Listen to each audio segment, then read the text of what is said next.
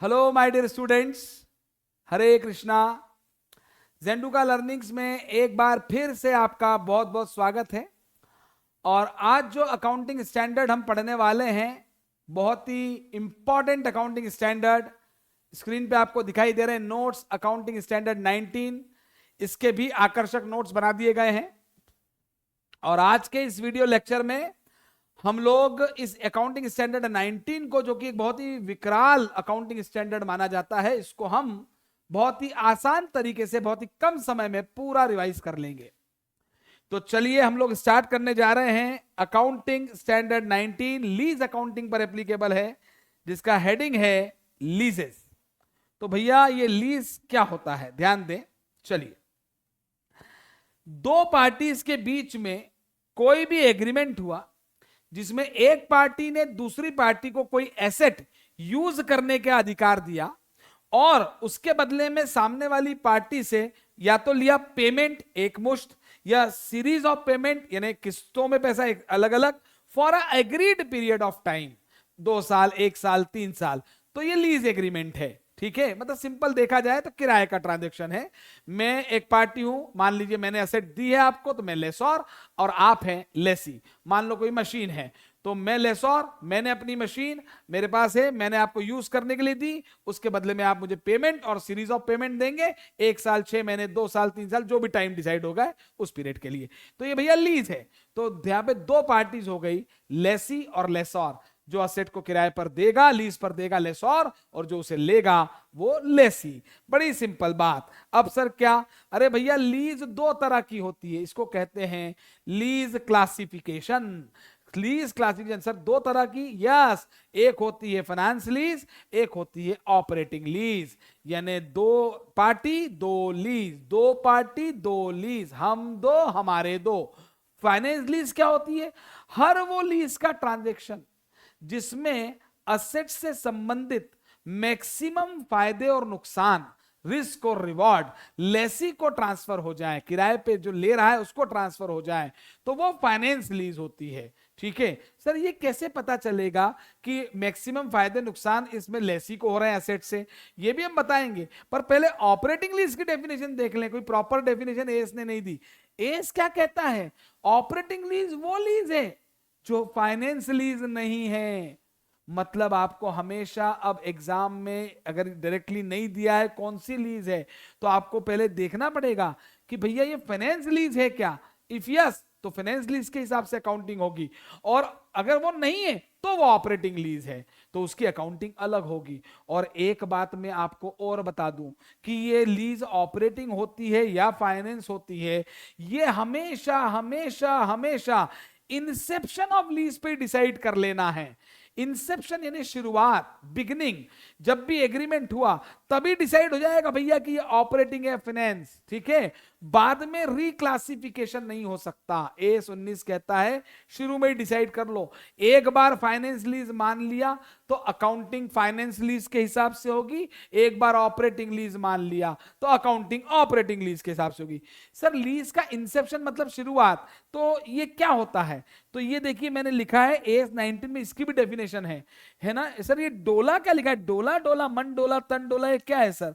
ये date of lease agreement है। मान लीजिए 12 अगस्त को मेरे और आपके बीच में एग्रीमेंट हुआ है, और उस लीज एग्रीमेंट में जो टर्म्स एंड कंडीशंस हैं, ठीक है ना, उस पर हमने कमिट किया मान लीजिए 13 अगस्त को, ठीक है ना, उदाहरण के लिए। तो विच एवर इज अर्लियर 12 अगस्त, तो 12 अगस्त माना जाएगा। और मान लीजिए, चलो हम तो ये मान लेते हैं कि अकाउंटिंग ईयर अप्रैल टू मार्च है, तो 28 मार्च 2021 को हमने लीज एग्रीमेंट कर लिया आपके साथ, ठीक है, एग्रीमेंट बना लिया है ना। लेकिन जो उसकी टर्म्स एंड कंडीशंस हैं, प्रिंसिपल टर्म्स एंड कंडीशन उस एग्रीमेंट की, उस पर जो दोनों पार्टी का कमिटमेंट हुआ है, वो मान लीजिए 4 अप्रैल 2021 को हुआ, तो फिर विचेवर इज अर्लियर 28 मार्च, तो ये लीज एग्रीमेंट 2021 का माना जाएगा। मतलब एस 19 कह रहा है कि इंसेप्शन यानी शुरुआत कब मानी जाएगी? अर्लियर ऑफ, दो डेट देखनी है, एक है डोला, एक है डॉक बीपी। डॉक बीपी मतलब date of commitment by parties, terms and T and C, यानी टर्म्स एंड कंडीशन मैंने शॉर्ट में लिखा है। तो DOLA date of lease agreement, DOC BP TNC मतलब date of commitment by parties of terms and conditions of lease, इन दोनों में से जो भी डेट अर्लियर होगी उस दिन लीज की शुरुआत मान ली जाएगी। और जिस दिन लीज इंसेप्शन हुआ है उसी दिन डिसाइड करना है कि ये ऑपरेटिंग है या फाइनेंस। सर ऑपरेटिंग लीज क्या होती है? जो फाइनेंस लीज नहीं होती। सर फाइनेंस लीज क्या होती है? जो ऑपरेटिंग लीज होती। ऐसा नहीं है, फाइनेंस लीज वो है, आपको चेक करना पड़ेगा कि असेट से संबंधित मैक्सिमम रिस्क और रिवॉर्ड, नुकसान और फायदे लेसी को चले गए। सर ये कैसे पता चलेगा? सर ये तो बता दो। तो इसके लिए एस 19 में दी है FLS। सर ये FLS क्या है? Finance lease situation. एस 19 में फाइनेंस लीज सिचुएशन दे रखी है दो तरह की, सुनना ध्यान से। एक है डिटर्मिनिस्टिक, एक है सजेस्टिव। सर डिटर्मिनिस्टिक क्या है? उसमें 5 कंडीशन दे रखी है। सर इन 5 का क्या मतलब है?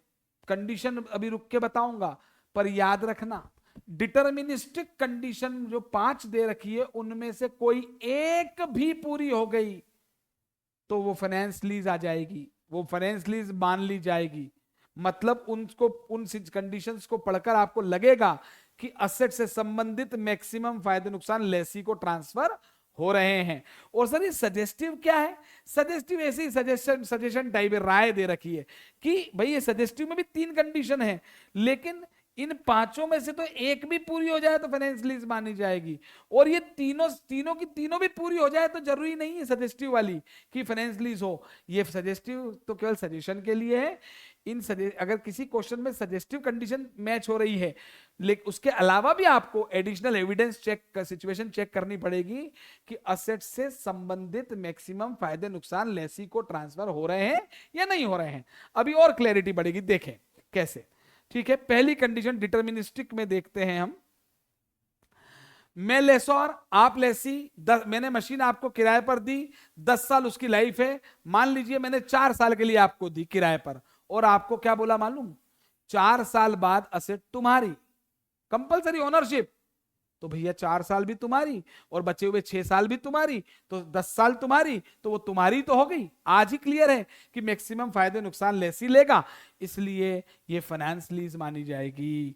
अगर मैं लेसोर, आप लेसी, मैंने आपको असेट दी, 10 साल की लाइफ है उसकी, 4 साल के लिए किराए पर दी, और मैंने आपको एक ऑप्शन दिया, कंपल्शन नहीं, ऑप्शन दिया कि आप चाहो तो जब लीज टर्म खत्म हो जाए 4 साल बाद, तो आप मुझसे ये असेट मान लो 3 लाख रुपए में ले लेना। आपने बोला सर 3 लाख में? आपने अनुमान लगाया, अपनी कैलकुलेशन की कि यार 4 साल बाद तो इस असेट की मार्केट वैल्यू 4 लाख रहेगी, 4.5 लाख रहेगी। तो भैया लेसी का मानसिक संतुलन ठीक है, पागल थोड़ी है लेसी। जो 4-4.5 लाख की चीज का ऑफर उसको आज अगर लेसोर 3 लाख में दे रहा है, ठीक है, तो हम ये मान के चलेंगे कि लेसी ऑप्शन अवेल करेगा। लेसी ऑप्शन अवेल करेगा मतलब लेसी एसेट खरीद लेगा 4 साल बाद उस प्राइस पे, मतलब मैक्सिमम फायदे आगे भी लेसी को ही मिलेंगे, मतलब ये फाइनेंस लीज हो गई। मन में डाउट आता है कि सर लेसोर ऐसा ऑफर देगा ही क्यों? अरे भाई पहली बात तो धंधा है यार, आप चिंता मत करो, कोई भी व्यक्ति अपना नुकसान नहीं करता है। वो आगे सस्ती प्राइस दे रहा है तो अभी किराया ज्यादा ले लेगा, कुछ भी हो सकता है। ठीक है सर, और बताइए। तो ये पहली कंडीशन क्या थी? लीज टर्म के बाद अगर लेसी को ओनरशिप दी जा रही है तो वो फाइनेंस लीज है। लीज टर्म के बाद अगर लेसी को ओनरशिप अभी कंपलसरी नहीं दी गई, पर ऑप्शन दिया गया कि भाई तू ये एसेट सस्ते में खरीद सकता है हमसे इस प्राइस पे, और वो प्राइस कम है उस दिन की फेयर वैल्यू से, तो हम ये मानेंगे कि लेसी ऑप्शन अवेल कर लेगा, तो ये फाइनेंस लीज है। और एक चीज, चौथी कंडीशन, तीसरी अभी बाद में, चौथी कंडीशन यहां पर दे रहा हूं मैं। भाई आप लेसी हैं, मैंने आपसे बोला भैया लीज रेंट दे दो 4 साल के लिए।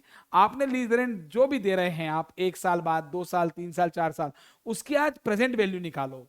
ठीक है, प्रेजेंट वैल्यू निकाली, मान लीजिए आती है 9 लाख रुपए, या 9,50,000 रुपए, या 9,80,000 रुपए, या 10 लाख रुपए, या 10,01,000 रुपए। सर ये कर क्या रहे हो आप? देखो तो सही, जो असेट मैंने आपको किराए पर दी है उसकी कॉस्ट 10 लाख है, कॉस्ट मैंने 10 लाख में खरीदी थी।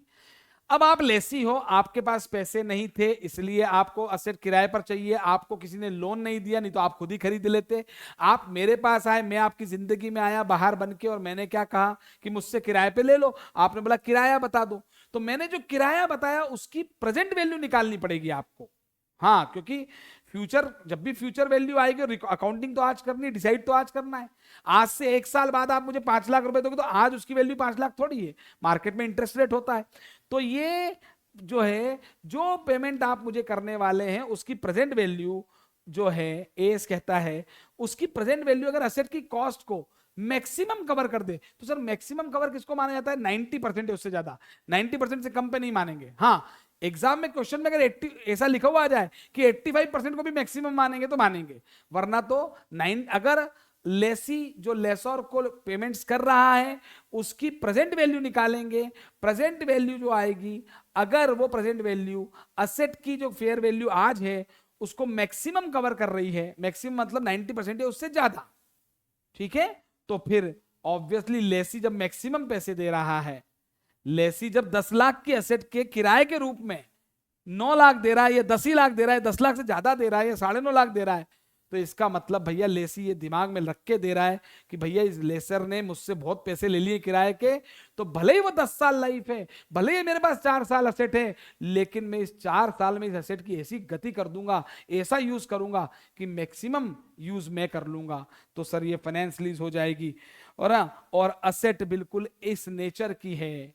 भाई मान लीजिए मैंने आपको मशीन किराए पर दी, वो मशीन मैंने 10 साल लाइफ थी, आपने अभी 4 साल के लिए ली है मुझसे, 3 साल के लिए ली है, 2 साल के लिए ली है, लेकिन भैया वो मशीन मैंने आपके लिए बनाई है। उस मशीन से एक बहुत ही एडवांस टेक्नोलॉजी की पॉलीथीन बनती है, और वो एडवांस टेक्नोलॉजी की पॉलीथीन पूरे इंडिया में आप ही बनाते हो, और वो मशीन मैंने आपके लिए बनाई है, तो ये तो सिर्फ मशीन आप ही की है। अभी 4 साल के लिए ली तो क्या हुआ, मशीन का स्पेसिफिक नेचर ही ऐसा है कि उसको भले ही बाद में 4 साल बाद आप थोड़ा मुझसे मॉडिफाई भी करवा लो या मत करवाओ, विद और विदाउट मॉडिफिकेशन, अल्टीमेटली वो असेट अगर लेसी यूज करेगा, तो AS19 कहता है कि लीज्ड असेट अगर स्पेशलाइज्ड नेचर की है कि वो तो लेसी ही यूज करेगा आगे भी, तो फिर वो फाइनेंस लीज ही है, क्योंकि अभी भी लेसी को दिए, वो लीज टर्म रिन्यू होकर आगे भी लेसी यूज करेगा उसे, तो मैक्सिमम फायदे नुकसान लेसी के ही होंगे। और जब कोई भी कंडीशन एग्जाम में क्लियर ना हो, तो मेजॉरिटी रूल वाली कंडीशन है, ये वाली कंडीशन है। मान लीजिए असेट की लाइफ 10 साल है, असेट की लाइफ 10 साल है, तो मैंने आपको असेट अगर 5 साल या उससे ज्यादा के लिए दी तो फाइनेंस लीज, 5 साल से कम के लिए दी तो ऑपरेटिंग लीज। ये केवल आखिरी में रेसिडुअल कंडीशन है, मेजॉरिटी ऑफ लाइफ वाली, आपको पहले चेक करना पड़ेगा, ठीक है, ध्यान से समझें, एक बार मैं इसको फिर बोलूंगा। असेट से संबंधित मैक्सिमम फायदे नुकसान अगर लेसी को ट्रांसफर हो जाएंगे तो वो फाइनेंस लीज मानी जाएगी। अगर आपने लेसी को ऑप्शन दिया कि लीज टर्म के बाद असेट तुम्हारी हो जाएगी, तो ये इसमें मैक्सिमम रिस्क और रिवॉर्ड लेसी को ट्रांसफर हो ही रहे हैं, तो ये फाइनेंस लीज है। आपने ऐसा ऑफर दिया उसे कि वो असेट खरीद सकता है लीज टर्म के बाद सस्ते में, तो हम ये मान के चलेंगे कि वो खरीद लेगा। सर बाद में ना खरीदे तो ना खरीदे, आज ही डिसाइड होगा फाइनेंस लीज, और एक बार फाइनेंस लीज मान ली तो वो बाद में नहीं भी खरीदेगा तो भी मतलब नहीं, फाइनेंस लीज की अकाउंटिंग चालू हो जाएगी। तो सस्ते का ऑफर दे दिया, या लेसर ने लेसी से इतने पैसे ले लिए जो असेट की लगभग कॉस्ट के बराबर ही हैं, या वो असेट का नेचर ही ऐसा है कि वो तो आज नहीं तो कल, कल नहीं तो परसों, परसों क्या बरसों, वो तो लेसी के लिए ही बनी थी, वो तो सिर्फ उसी की थी, तो फिर वो फाइनेंस लीज है। और ये सब कंडीशन नहीं है तो लाइफ का पार्ट देख लें, मेजॉरिटी लाइफ की बात कर लें, अगर मेजॉरिटी लाइफ लेसी के पास है तो मानेंगे कि मैक्सिमम फायदे नुकसान लेसी लेगा, ठीक है। तो ये डिटर्मिनिस्टिक कंडीशन थी, पांचों में से एक भी पूरी हो जाएगी तो ये फाइनेंस लीज है, ठीक है। लेकिन अब सर ये सजेस्टिव कंडीशन क्या है, ये एग्जाम में थ्योरी पॉइंट ऑफ व्यू से भी डिटर्मिनिस्टिक और सजेस्टिव पूछा जा सकता है।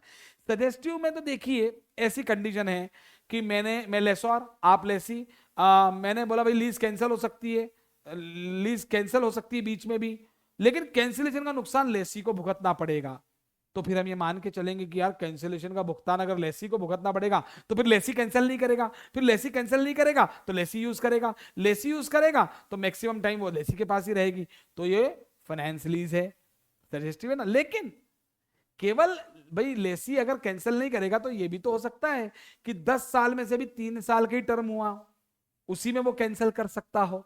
तो कहने का मतलब ये है कि ये जो सजेस्टिव कंडीशन है, देखिए इसमें दूसरी कंडीशन भी मैं बोलूंगा यहाँ पे, जनरल है बहुत, कि इस देखिए लेसी कंटिन्यू सेकेंडरी पीरियड।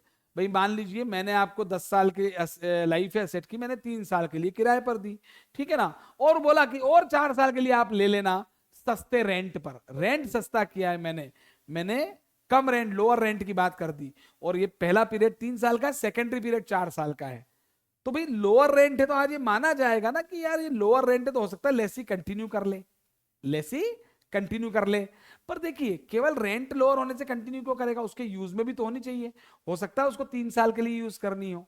तो ये कंडीशन है, सजेस्टिव कंडीशंस ऐसी कंडीशंस हैं जो सारी की सारी कंडीशन एग्जाम में पूरी भी हो जाए।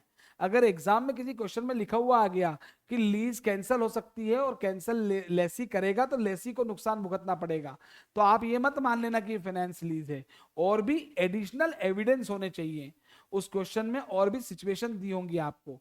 अल्टीमेटली लीज फाइनेंस लीज है या नहीं ये निश्चित करने के लिए आपको इस बात पे श्योर होना पड़ेगा, सवाल को देखकर, या तो दे दिया क्वेश्चन में कि फाइनेंस लीज है, नहीं तो देखना पड़ेगा कि क्या असेट से संबंधित मैक्सिमम फायदे और नुकसान लेसी को ट्रांसफर हो गए, अगर हां तो ये फाइनेंस लीज है, और अगर नहीं तो ये ऑपरेटिंग लीज है। ठीक है, ये सजेस्टिव कंडीशन आप यहां पढ़ लेंगे और डिस्कस करेंगे। चलिए अब लीज दो तरह की हो गई, अब हमें इनकी अकाउंटिंग सीखनी है, ठीक है ना। हम दो यानी लेसर और लेसी, हमारे दो यानी ऑपरेटिंग लीज और फाइनेंस लीज। तो यहां पर अब हम पहले ऑपरेटिंग लीज की अकाउंटिंग बड़ी सिंपल वे में सीख लेंगे, सिर्फ 2 मिनट के अंदर अंदर ऑपरेटिंग लीज खत्म हो जाएगा। ठीक है, मैं लेसर आप लेसी, ऑपरेटिंग लीज दी, असेट से संबंधित मैक्सिमम फायदे नुकसान लेसी के नहीं है, वो कुछ ही समय के लिए आपके पास है। मतलब एक तरीके से फाइनेंस लीज देखें तो ये शादी की बात है, एक लंबा रिश्ता है, और ये ऑपरेटिंग लीज जो है वो टाइम पास है केवल, कि चलो 1-2 साल के लिए, 2-3 साल के लिए लीज पर ले लिया।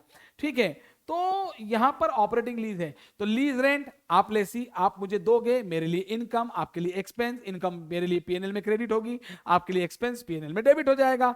असेट का मालिक कौन, ओनर में, लेसर ओनर, ओनर तो मेरी बुक्स में, असेट मेरी बुक्स में ही रहेगी, अकाउंट डेबिट मेरी बुक्स में ही रहेगा, मेरी ही बैलेंस शीट में वो शो होगी, डेप्रिसिएशन मैं ही लगाऊंगा, डेप्रिसिएशन मेरे ही पीएनएल में जाएगा, लेसर के ही। लेसी के लिए असेट का कोई वो नहीं है, ना कोई डेप्रिसिएशन ना कोई ओनरशिप। फिर सर अब भैया एक शब्द आया लेसर के पॉइंट ऑफ व्यू से, initial direct cost.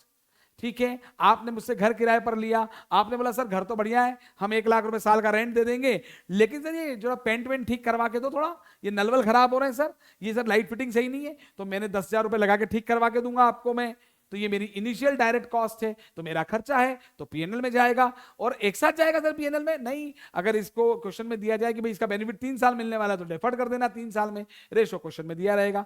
Sir initial direct cost lessor की होती है, जनरली तो लेसर की होगी, भाई मुझे ठीक करा के देना पड़ेगा। सर लेसी की हो जाए तो वैसे तो नहीं होती, पर हो जाए तो फिर वो लेसी का खर्चा है, लेसी अपने पीएनएल में भेज देगा, बात खत्म। ठीक है ना, तो ये तो अल्टीमेटली बात ये हो गई। अब सर ये क्या लिखा, अपोर्शनमेंट क्या है, अरे भैया मैंने आपको असेट किराए पर दी, ठीक है ना, मशीनरी दी मान लीजिए, और मैंने कहा भैया 3 साल में हर साल 1 लाख रुपए, 1 लाख रुपए पर एनम रेंट है, तो अपोर्शन करना ही नहीं है क्योंकि हर साल का लीज रेंट अलग अलग पता है। लेकिन ऐसे क्वेश्चन आ जाए ऑपरेटिंग लीज में, जब लीज टर्म मान लो 4 साल है, 5 साल है, 3 साल है, और मैंने कहा भाई लीज रेंट 5 लाख टोटल, तो जब टोटल में दिया है तो उसको ईयरली बांटना पड़ेगा ना भाई।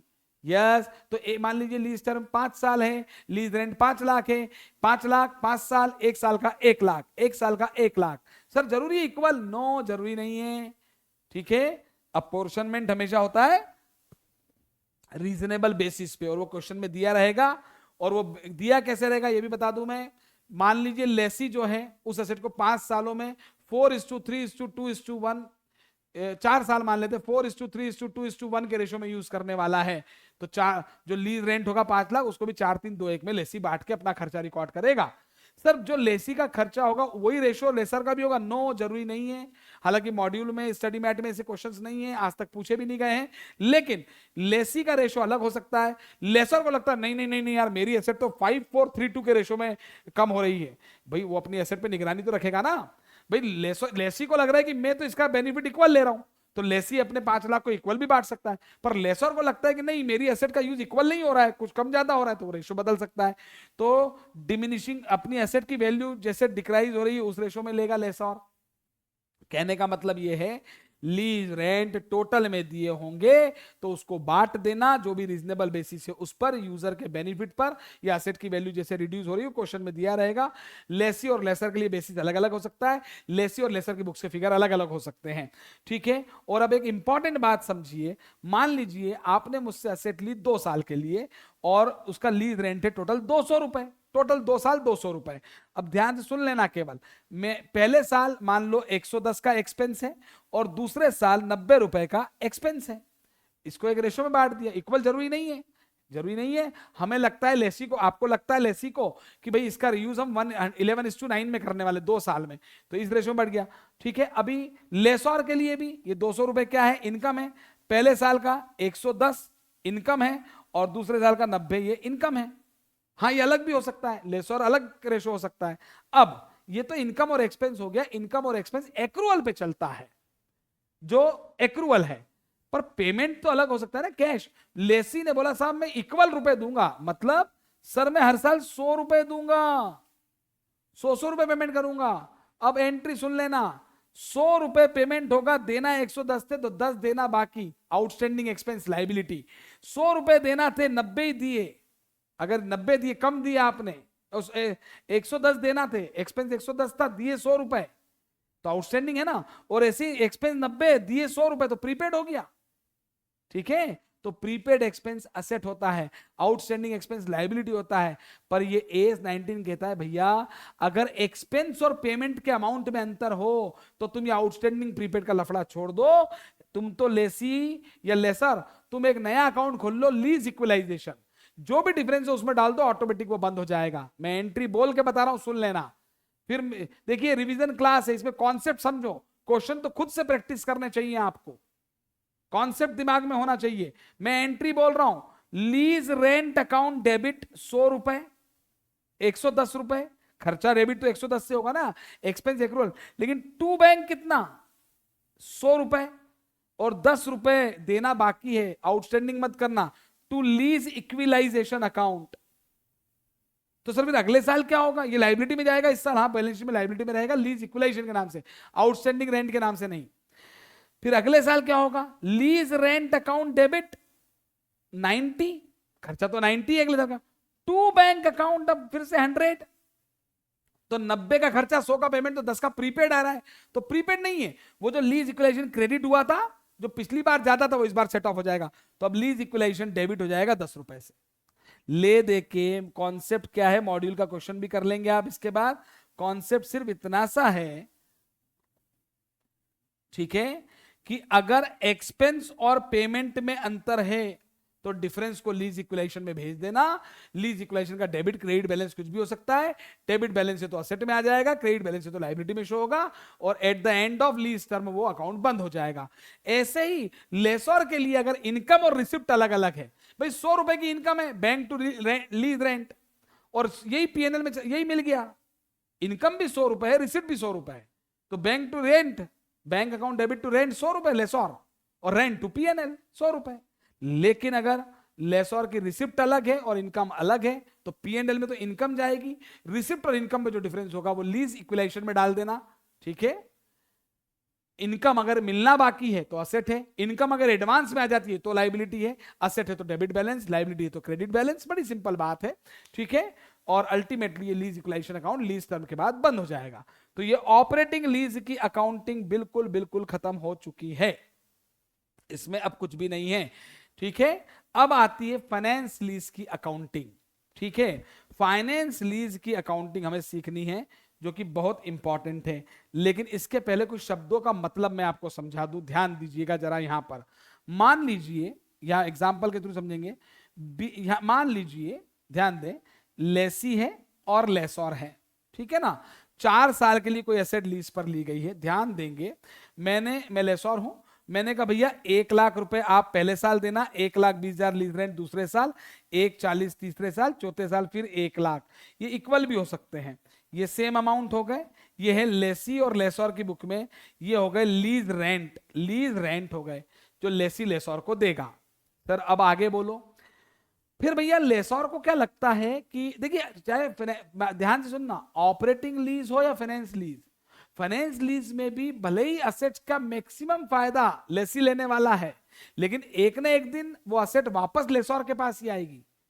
हाँ, तो मान लेते हैं सपोज सपोज सपोज वो असेट जो है मान लेते हैं 5 लाख रुपए की है, ठीक है ना। तो लेसी ने, लेसोर ने लेसी से 1, 2, 3, 4, ये 4 साल में इतना रुपया तो ले ही लिया, ठीक है। ये अमाउंट पे बिल्कुल ना जाइए आप लोग, हाँ अमाउंट कुछ भी हो सकते हैं, कई लोग अमाउंट को देख के कंफ्यूज हो जाते हैं, मैं अमाउंट ले ही नहीं रहा हूं। चलिए, तो कहने का मतलब है लेसी जो लेसोर को देगा वो तो लीज रेंट हो गया, है ना। लेसी, लेसोर जो लेसी से लेगा वो लीज रेंट हो गया, पहली बात, अमाउंट पे बात मत जाइए।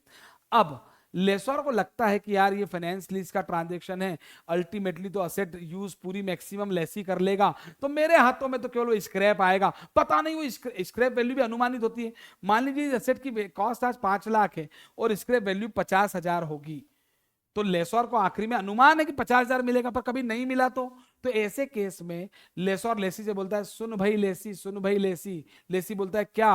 बोले यार मुझे रेसिडुअल वैल्यू में से भी कुछ तुम अभी दो, कुछ देना तुम। तो बोले मैं क्यों दूं? बोले नहीं देना पड़ेगा। बोले नहीं दूंगा, तो बोले जाओ फिर तुम्हें कोई और लेसर मिल जाएगा, मुझे कोई और लेसी मिल जाएगा। बोले यार ये रेसिडुअल वैल्यू मुझसे क्यों मांग रहे हो, तुम्हारे पास जब असेट आएगी तो तुम बेच देना। बोले नहीं भैया भरोसा नहीं है, ये तो एस्टिमेटेड है। तो चलो अब लेसी को भी बिजनेस करना है, उसको असेट चाहिए, तो वो मान लीजिए 10,000 रुपए की गारंटी देता है कि चलो मैं 10,000 और दे दूंगा, तो ये हो गई जीआरवी। तो ये लेसी के लिए भी जीआरवी है, लेसोर के लिए भी जीआरवी है ना, जो देगा वो लेगा। अब मान लो लेसोर को लगता है जीआरवी कम है, तो लेसोर बोलता नहीं मुझे तो और गारंटी चाहिए, लेसी लेसी मना कर देता है। पर मान लीजिए इस ट्रांजेक्शन में लेसी के साथ कोई लेसी का दोस्त खड़ा था, लेसी के दोस्त ने बोला चल छोड़ना यार, अपने को तो असेट चाहिए, बिजनेस करना है, धंधा करना है यार, है ना, चल छोड़ना, क्या 5-10 हजार देना। अरे लेसोर साहब मैं बोल रहा हूं, मैं 5,000 और दिलवा दूंगा आपको। तो भैया ये भी जीआरवी हो गई, ये भी जीआरवी हो गई। तो लेसी और लेसोर के लिए लीज रेंट क्या होता है, मेरी बात को ध्यान से समझेंगे। लीज रेंट तो वो जो लीज रेंट तय हो गया, रेसिडुअल वैल्यू का वो हिस्सा जिसकी गारंटी लेसी ने दी या लेसी के बिहाफ पे दी, तो वो हो गई जीआरवी। और इन दोनों को मिलकर बनती है लेसी के लिए एमएलपी। क्या बनती है? एमएलपी बनती है, ठीक है ना, ये लेसी के लिए।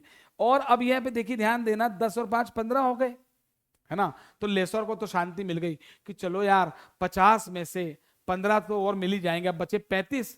तो लेसोर भी हो सकता है किसी और थर्ड पार्टी से ट्रांजेक्शन कर ले।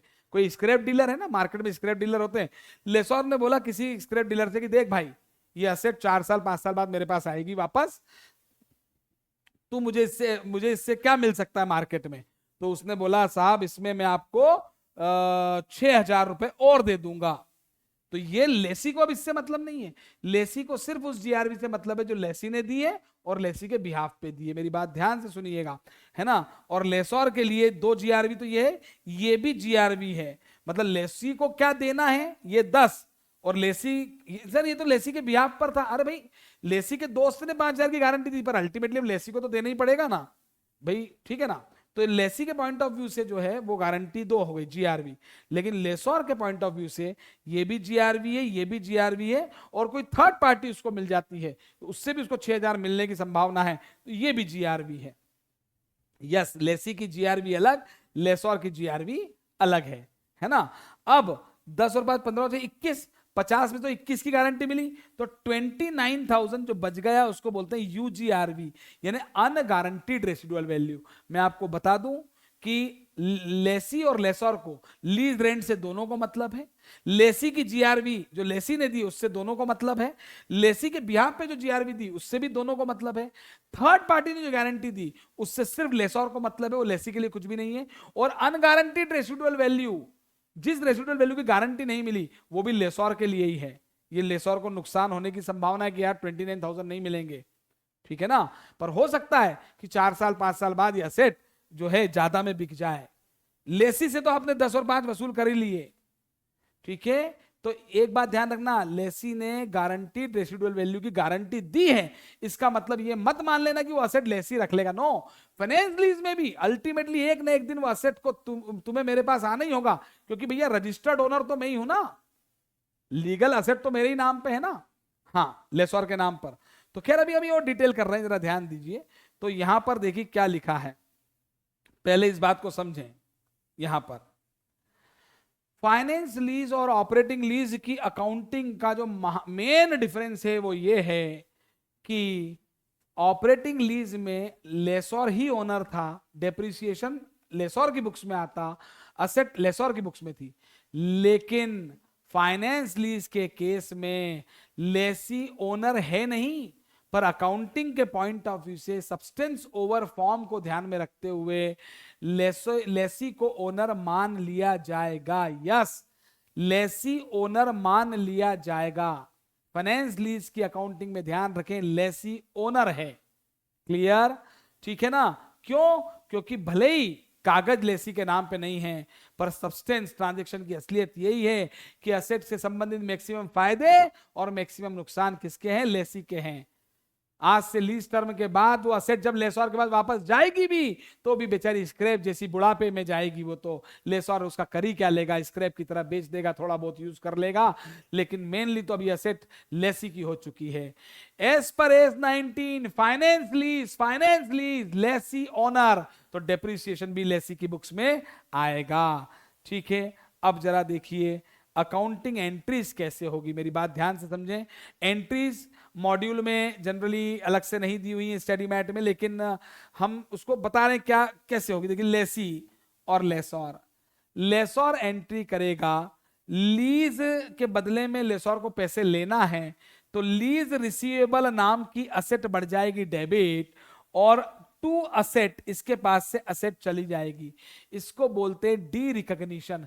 लेसोर की बुक्स में फाइनेंस लीज में अमाउंट क्या होंगे, बात की बात पहले एंट्री सीखिए। लेसोर की बुक्स में फाइनेंस लीज में असेट डी रिकॉग्नाइज हो जाएगी, क्रेडिट हो जाएगी, और lease receivable. Sir lease receivable की जगह लेसी लिख सकते हैं क्या? क्योंकि सर लेसोर को पैसा लेसी से लेना है, तो लेसी डेटर है।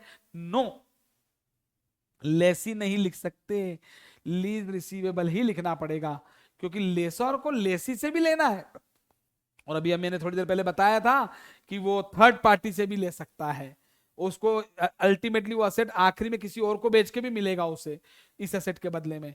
तो लेसी के लिए मशीन नाम की एसेट चली गई, लेसोर के लिए मशीन नाम की एसेट चली गई क्रेडिट, और लीज रिसीवेबल नाम की एसेट बढ़ गई डेबिट। अमाउंट बाद में। लेसी क्या एंट्री करेगा? Asset under finance lease account debit, asset बढ़ गई डेबिट, और इसको पैसा किसको देना है, ये टू लेसोर लिख देगा, या लीज लाइबिलिटी भी लिख सकता है, लाइबिलिटी बढ़ जाएगी क्रेडिट। अच्छा सर ये होगा, हाँ। अब depreciation account debit to asset under finance lease यहीं पर होगा, पीएनएल टू डेप्रीसिएशन यहीं पर होगा, यहां पर नहीं होगा।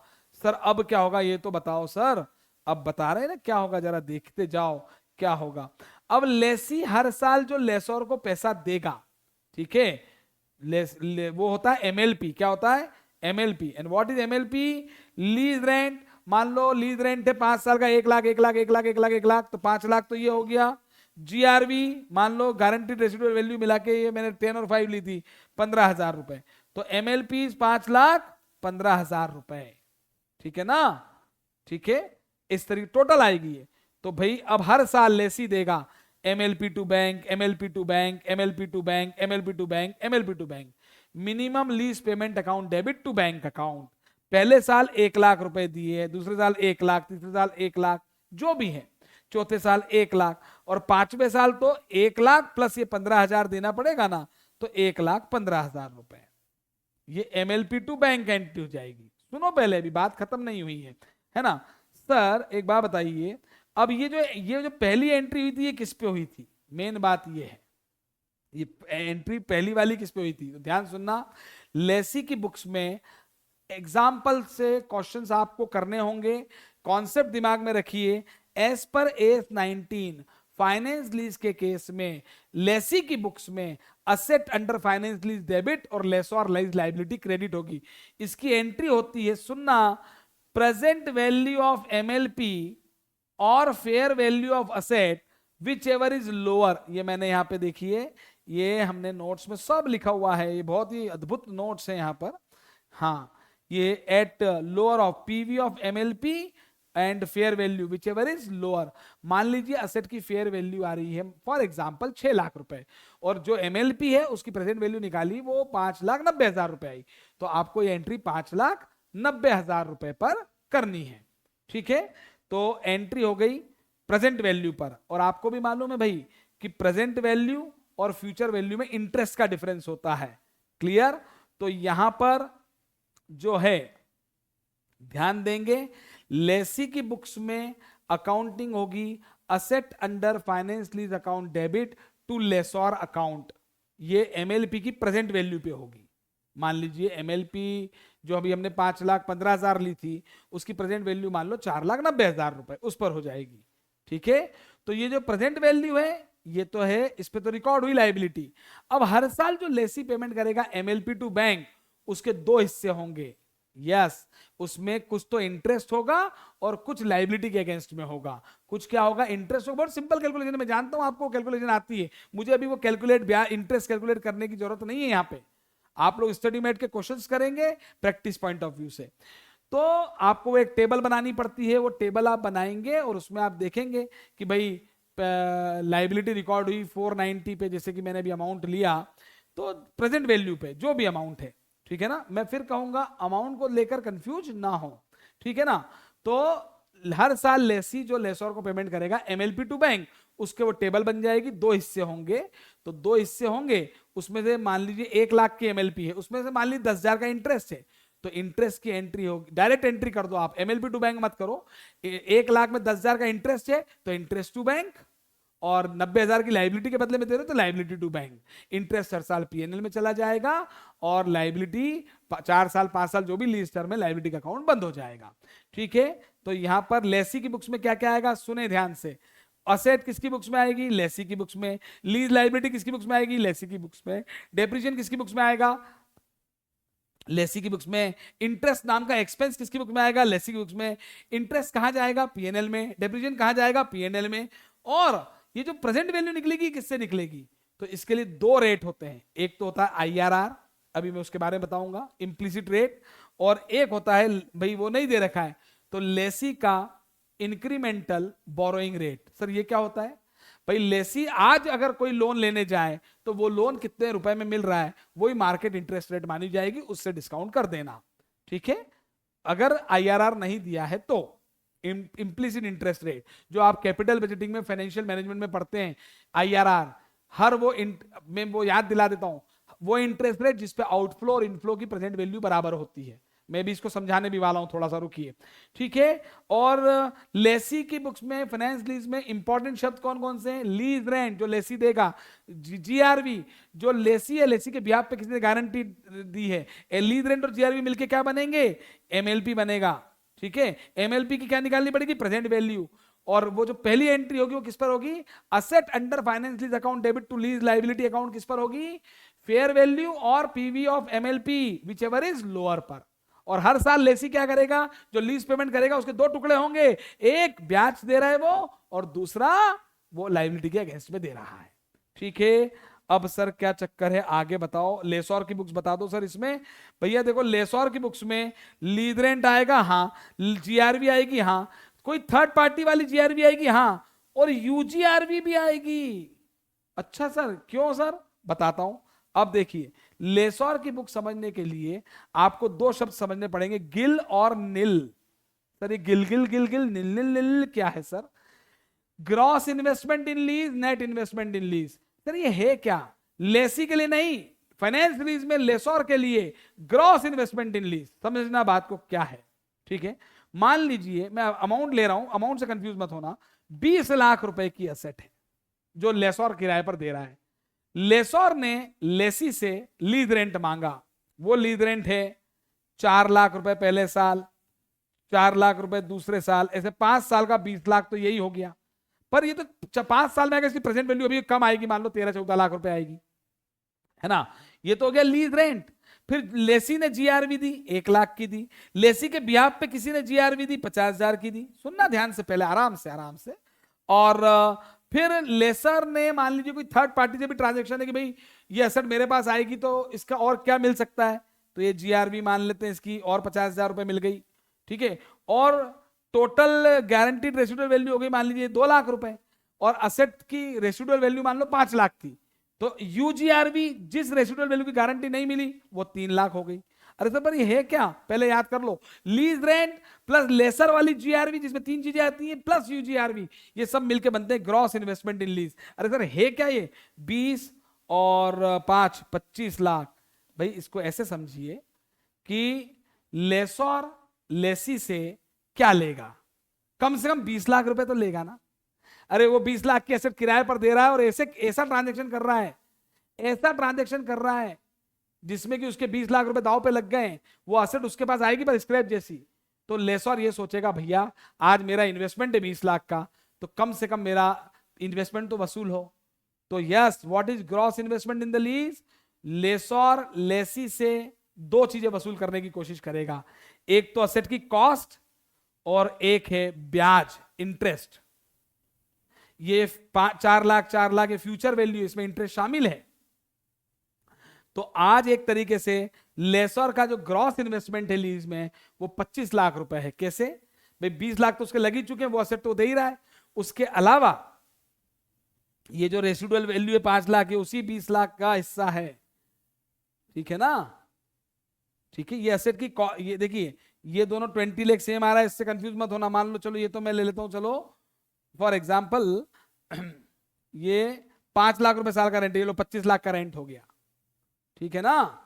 तो लेसर को जो टोटल मिलने वाला है उस असेट से, वो उस असेट की कॉस्ट भी मिलने वाली है और ब्याज भी मिलने वाला है, ठीक है। ये रेसिडुअल वैल्यू जो होती है ना, ये इस कॉस्ट का हिस्सा है, अलग से नहीं मांग रहा है। लेसर ने आज असेट 20 लाख में खरीदी, उसकी रेसिडुअल वैल्यू 5 लाख है, एक तो उसको वो मिलना चाहिए और बाकी 15 लाख और मिलना चाहिए और ब्याज और मिलना चाहिए, सब मिला के हो रहा है ग्रॉस इन्वेस्टमेंट।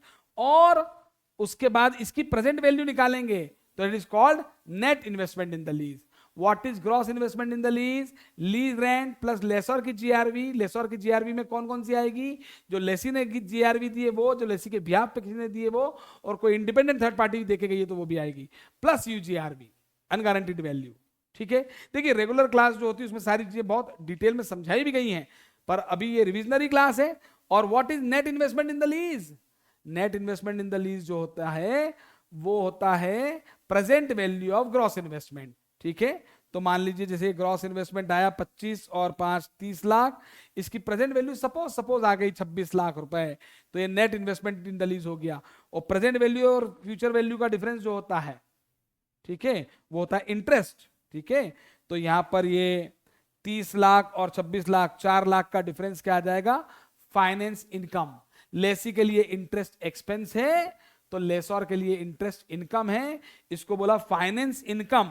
और अभी शुरुआत में ये अनअर्न्ड है, भाई वो तो टाइम टू टाइम अर्न होगी ना, ईयरली आएगा इंटरेस्ट, तो इसको एक नाम दिया उईफी। उईफी मतलब होता है अनअर्न्ड फाइनेंस इनकम। शुरुआत में ये अनअर्न्ड है 4 लाख, ये अगले 4 सालों में 5 सालों में एक्रू होगा, ठीक है। तो खैर अभी मैं ये बात बता रहा हूं, ध्यान से समझेंगे, वापस से समझेंगे। यहां पर लेसर की बुक में लीज रेंट आएगा, हाँ, जीआरवी आएगी, हाँ, यूजीआरवी, हाँ, इसके लिए एमएलपी हो गई, ठीक है। Gill, what is Gill, lease rent plus GRV plus UGRV, ये है gross investment in the lease. What is nil, present value of gross investment in the lease. और गिल और नील का जो डिफरेंस है वो है इनकम, इंटरेस्ट की इनकम। क्लियर हो गई इतनी बात। लीज इसकी बुक से एसेट चली जाएगी क्रेडिट, ये मैंने यहां एंट्री की देखिए, ये तो लेसर की बुक्स में एंट्री क्या हुई, lease receivable account debit to asset, तो असेट अपनी कॉस्ट पे क्रेडिट हो जाएगी। ये एंट्री होगी net investment in the lease पे, ठीक है ना। तो नेट ये लीज रिसीवेबल अकाउंट डेबिट हो जाएगा। क्लियर है। और मेरी एक बात सुनना ध्यान से कि अगर हमने, जैसे कि यहां पर तो अभी मेरा net investment in the lease 26 lakh, amount पे मत जाइएगा, मेरी बात ध्यान से सुनिएगा, इट्स वेरी इंपॉर्टेंट। लेसोर ने आज एसेट 20 लाख पे खरीदी,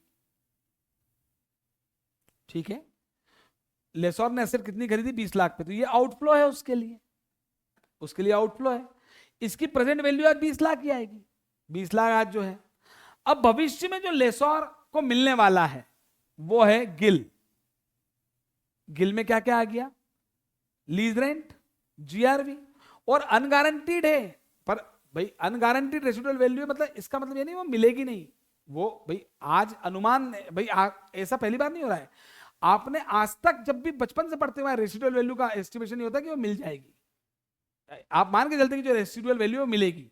तो गारंटीड रेसिडुअल वैल्यू, तो रेसिडुअल वैल्यू का वो पार्ट है जिसकी गारंटी मिल गई, आप निश्चिंत हो गए। लेकिन अनगारंटीड भी मिल तो सकती है ना, तो आज तो असम्पशन यही रहेगा कि हम लेसर को लीज रेंट मिलेगा, जीआरवी मिलेगी और यूजीआरवी मिलेगी। तो ये गिल है, ठीक है। और इसकी प्रेजेंट वैल्यू ऑफ गिल जो होती है वो होती है net investment in the lease. तो ये भी 20 लाख ही आएगी, मैं आपको बता रहा हूं। पर कब?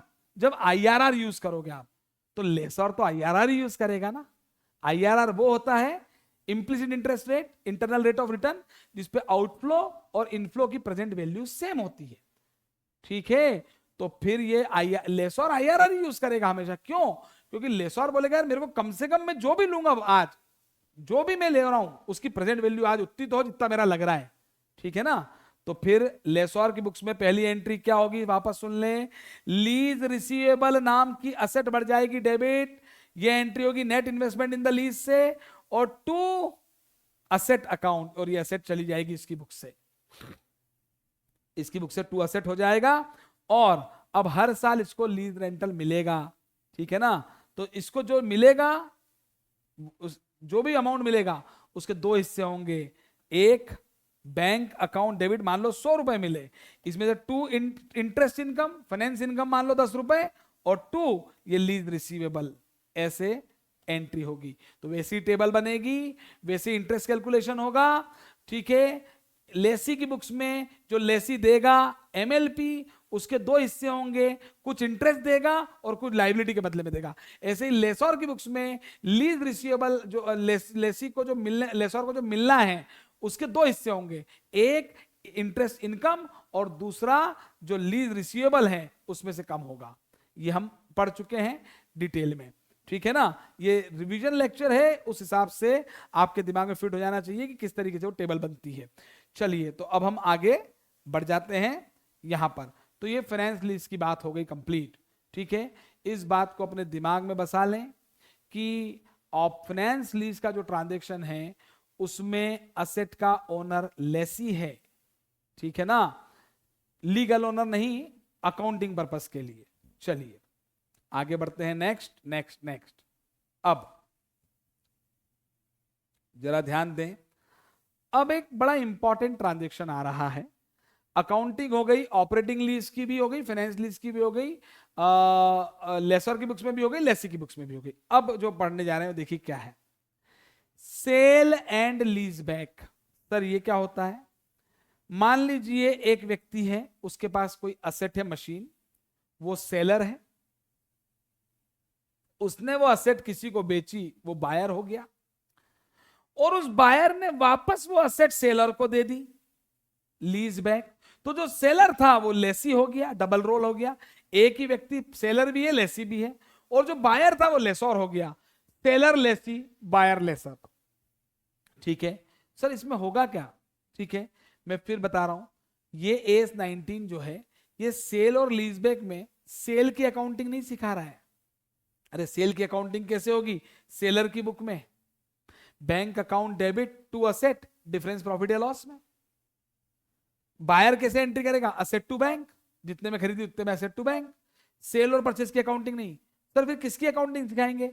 जो सेल हुई है, सेलर ने की, बायर ने ली, फिर वो वापस लीज पे दी, तो सर लीज की अकाउंटिंग सिखाओगे? नहीं, लीज की अकाउंटिंग भी आती है। सर मतलब? अरे भाई जो ये बायर ने असेट लीज पर दी है, ये ऑपरेटिंग लीज भी हो सकती है, फाइनेंस लीज भी। बोले हाँ सर। तो फिर ये लेसर है, ये लेसी है। हाँ सर। तो अगर ये ऑपरेटिंग लीज है और ये ऑपरेटिंग लीज का ट्रांजैक्शन है, तो आप मैंने अकाउंटिंग सिखा दी, जो भी लीज रेंट होगा इनकम एक्सपेंस आएगा, लेसर ओनर होगा। और फाइनेंस लीज है तो लेसर अपनी बुक में अभी गिल नील मैंने बताया था, और लेसी अपनी बुक्स में वही एमएलपी टू बैंक और फाइनेंस चार्जेस और वो सारी चीजें। ये जो टॉपिक हम पढ़ रहे हैं sale and lease back transaction, इसमें एस 19 ना तो सेल, देखो असेट बेचने की अकाउंटिंग एस 19 नहीं बताएगा, असेट खरीदने की अकाउंटिंग एस 19 नहीं बताएगा, लीज बैक की अकाउंटिंग एस 19 बता चुका है, वही आएगी। तो सर फिर ये पढ़ क्यों रहे हैं? ये इसलिए पढ़ रहे हैं भाई कि सेल और लीज बैक के ट्रांजेक्शन में लीज बैक की अकाउंटिंग तो लीज की तरह होगी, सेल की अकाउंटिंग सेल की तरह होगी, पर जो असेट बेचने पर इस सेलर को, जो कि लेसी बन गया, सेलर लेसी को जो असेट बेचने में प्रॉफिट लॉस हुआ उसका क्या करना है? तो सर बोले सर इसके लिए इसकी क्या जरूरत है? असेट को बेचने में जो प्रॉफिट लॉस हो रहा है उसको तो पीएनएल में भेज दो। नहीं, ऐसे नहीं, ठीक है, ध्यान से समझेंगे, इट्स वेरी इंपॉर्टेंट। वापस से देखना, एक व्यक्ति है सेलर, उसने असेट बेची बायर को, उस बायर ने वो असेट वापस से लीज पर किसको दे दी? सेलर को। तो जो सेलर था वो अब सेलर लेसी है, जो बायर है वो बायर लेसर है। अब ये लीज बैक मान लीजिए फाइनेंसिंग लीज बैक है, ठीक है, ठीक, मतलब पहले असेट मेरे पास थी, फिर मैंने आपको बेच दी, वापस आपसे ले ली, तो वापस मेरे पास आ गई। ये फाइनेंस लीज है, मेरे पास आ गई और अब ये मेरी हो गई। फाइनेंस लीज में ओनर में हो गया ना, मैक्सिमम फायदा मुझे मिलेगा। तो एस का ये कहना है कि इस असेट को बेचने पर जो आपका प्रॉफिट लॉस हुआ था उसको एक साथ पीएनएल में मत ले जाओ। बोले सर क्यों? क्योंकि ये प्रॉफिट लॉस किस पे हुआ? उस असेट को बेचने पे। वो बिक के चली जाती, आपकी जिंदगी से चली जाती, तो प्रॉफिट लॉस पीएनएल में चला जाता, लेकिन वो तो आपकी जिंदगी में वापस आ गई, वो आपकी जिंदगी में वापस आ गई और अब आप उसे अगले मान लो 4 साल यूज करोगे, तो ये प्रॉफिट लॉस भी 4 साल में डिफर्ड होना चाहिए। सर डिफर्ड किस रेशियो में होगा? डिफर्ड हमेशा रीजनेबल बेसिस पे होगा।